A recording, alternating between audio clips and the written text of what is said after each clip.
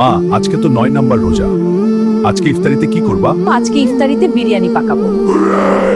তুমি তাহলে বিরিয়ানি পাকাও, আমি তাহলে বাইরে থেকে ঘুরে আসি, ঘুরে এসে ইফতারি করব। আচ্ছা ঠিক আছে, তুই যা।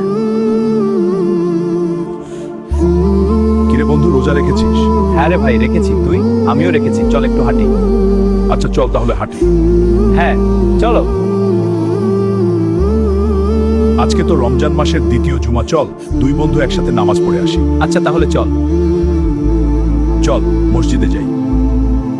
বন্ধু থাক, তাহলে আমি বাসায় চলে যাই। আচ্ছা ঠিক আছে, তুই আমিও বাসায় চলে যাই। কিরে, তুই জুমার নামাজ পড়েছিস? হ্যাঁ মা, আমি ঘুমাতে গেলে আমাকে ইফতারের সময় ডাক দিবে। আচ্ছা বাবা।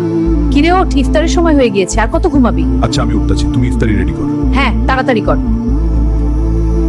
মা, আমাকে ইফতারি দাও। আচ্ছা দিতাছি।